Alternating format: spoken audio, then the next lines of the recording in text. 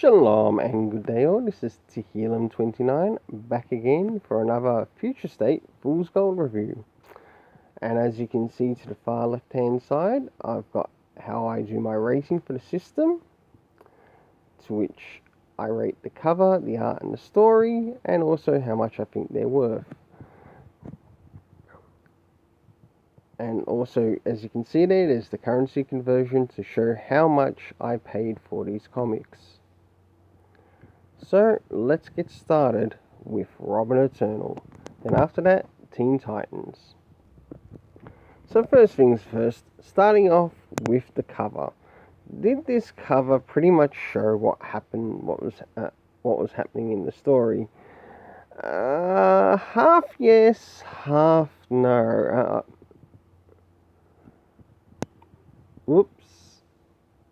Yep, half yes and half no. To which I gave the cover rating 5 out of 10, to which I believe the story was worth $1. Losing money here, DC, losing money.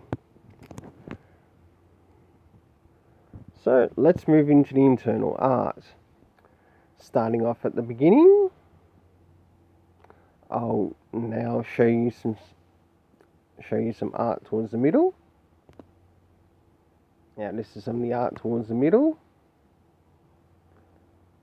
Now to jump towards the end. The art was fairly consistent in some places, but not in all places.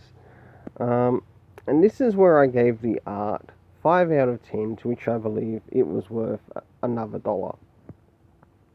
But what about the story? So, when we look to the story, where was this taking place in location? Yes, we understand it's in Gotham, but even though it did take a little bit of reading, it still would have been nice to have it displayed to show where it was taking place.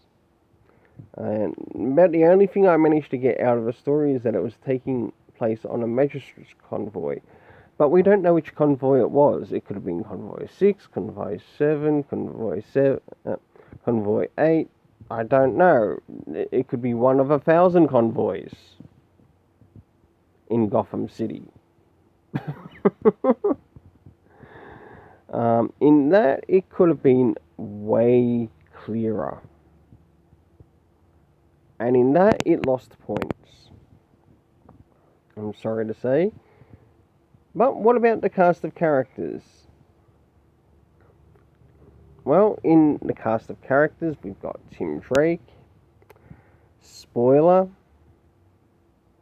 and Darcy, and one of the Peacekeepers being Peacekeeper 13.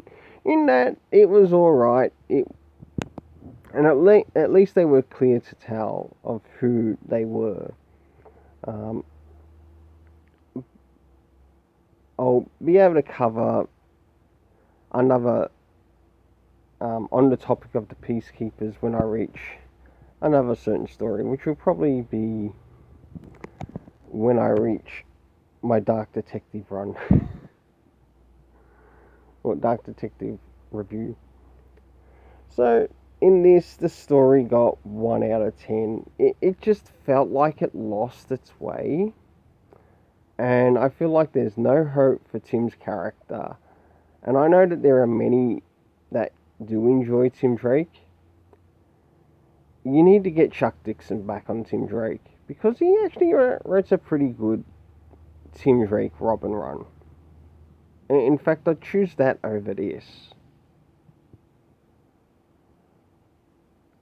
And yes, I have read the Chuck Dixon Tim Drake Robin run, and I recommend it 10 out of 10 out of this. This reached a total of $2.90. So now it's time to move on to the Teen Titans. So moving forward into the Teen Titans. Did this cover for the Teen Titans cover which was happening in the story? Half yes, half no. To which it got a 5 out of 10 from me. Don't get me wrong, the art is nice in appearance, but when it comes to the story, it feels like it could have been matched up better, maybe to show a bit of a scene. Like even if you grabbed something towards the end of the story and then put these characters with it, I think it would have made the cover so much better. So, time to move into the internal art before the rating. Well, 5 out of 10 for the rating, and how much I think it's worth? $1.